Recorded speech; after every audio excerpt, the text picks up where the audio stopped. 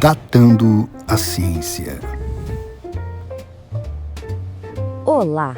Hoje a gente vai mergulhar fundo num assunto que está na boca de todo dentista, a tecnologia CAD/CAM. Tem muita conversa, muito marketing, mas a questão é, o que é de fato um avanço e o que é só promessa? Vamos descobrir juntos? Sabe qual foi o grande chamariz no começo? A promessa de uma precisão, cirúrgica. A ideia de fazer restaurações com uma exatidão de micrômetros. Nossa, isso brilhou os olhos de todo mundo.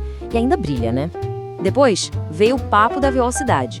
Imagina só, resolver tudo numa consulta só, sem precisar marcar vários retornos, sem aquela espera do laboratório. A palavra de ordem era eficiência, agilidade. E para fechar o trio de promessas, a previsibilidade. A ideia era que o resultado ia ser sempre o mesmo, sempre bom. Sabe? Menos chance de erro humano, tanto do dentista quanto do protético. Um padrão de qualidade, digamos assim.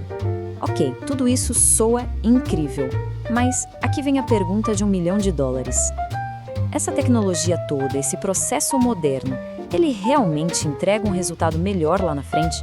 Digo, a restauração dura mais? É isso que a gente precisa entender. Então, para a gente chegar numa resposta, primeiro temos que dar uma olhada por baixo do capô. O que é de verdade esse tal fluxo digital? Vamos ver o passo a passo. Basicamente, são 3 etapas. Primeiro, o escaneamento intraoral, que é tipo uma foto 3D da boca. Depois, o desenho no computador. E por fim, a fabricação, que pode ser fresada ou impressa. O detalhe, se uma dessas etapas falhar, já viu, né? Pois é aquela velha história da corrente, né? Ela sempre arrebenta no elo mais fraco. Não adianta ter a melhor fresadora do mundo se o escaneamento lá no começo não ficou bom. Uma coisinha errada aí, puf, todo o trabalho pode ir por água abaixo. E olha que interessante essa comparação. A ciência mostra que o scanner é sim muito preciso na maioria das vezes, mas ele tem seus pontos fracos. Por exemplo, controlar saliva, sangue ou quando a margem do preparo está muito lá para dentro da gengiva. Nessas horas, uma boa e velha moldagem convencional, bem feitinha, ainda pode ganhar o jogo. Ou seja, não é uma solução mágica para tudo. Beleza, passamos do scan para a fase do desenho. O software ajuda a padronizar, deixar tudo mais previsível. Só que aí mora um perigo. Não dá para simplesmente deixar o computador decidir tudo. Coisas cruciais como a mordida do paciente, a biologia ali do dente, isso precisa do cérebro, da experiência do dentista. O software é uma ferramenta, não o profissional. Certo, já vimos como a coisa funciona. Agora vamos para o que interessa de verdade. E o resultado disso?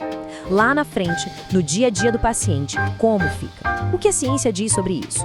E aqui tem um ponto que, olha, é fundamental. Uma coisa é o processo, outra é o resultado. O CAD/CAM deixa o processo mais rápido, mais organizado? Sem dúvida. Mas achar que só por isso o resultado final na boca do paciente vai ser melhor, aí é que está o pulo do gato. Essa confusão é, talvez, o maior mal-entendido da odontologia digital. Quando a gente vai ver os estudos científicos, principalmente sobre a adaptação da peça no dente, que é o fator-chave para o sucesso, a gente encontra muito mais pressão clinicamente aceitável. Tá, mas vamos pensar um pouco. Aceitável é o mesmo que excelente ou superior? Atingir o mínimo necessário é o que se busca com uma tecnologia tão cara e sofisticada? A promessa era ser melhor, não era? É uma diferença sutil, mas que muda tudo. E a prova está aqui. Quando se compara a taxa de sucesso ao longo do tempo, o que os estudos mostram? Que os resultados são semelhantes. Isso mesmo, o digital tem uma taxa de sucesso parecida com a do método convencional. Mas atenção ao detalhe, desde que o convencional seja bem executado. Esse é o ponto. Então, juntando todas as peças, o que a gente tira de lição prática disso tudo? Primeiro, CAD/CAM não é varinha de mágica. É uma ferramenta fantástica, mas só funciona bem se 1. For usada no caso certo. 2. Se a execução for impecável. E 3, o mais importante, se fizer parte de um planejamento geral que respeite a biologia e a função. O resumo da ópera é o seguinte: a tecnologia arruma o processo, deixa tudo mais organizado, mas ela não conserta um diagnóstico errado, um dente mal preparado, um planejamento ruim. No fim do dia, os princípios básicos da boa odontologia é que mandam no jogo. E essa frase aqui, para mim, fecha a discussão. A tecnologia organiza o processo, ok, mas é a ciência que exige o resultado. A gente tem que usar a tecnologia como um meio para alcançar o que a ciência comprova que funciona, e não se apaixonar pela ferramenta a ponto de esquecer o porquê. E eu quero terminar com uma provocação. A cada dia surge uma tecnologia nova, um aparelho novo.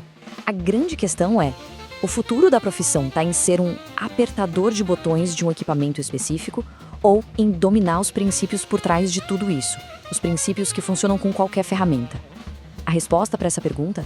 Bom, ela vai definir o tipo de profissional que cada um vai ser.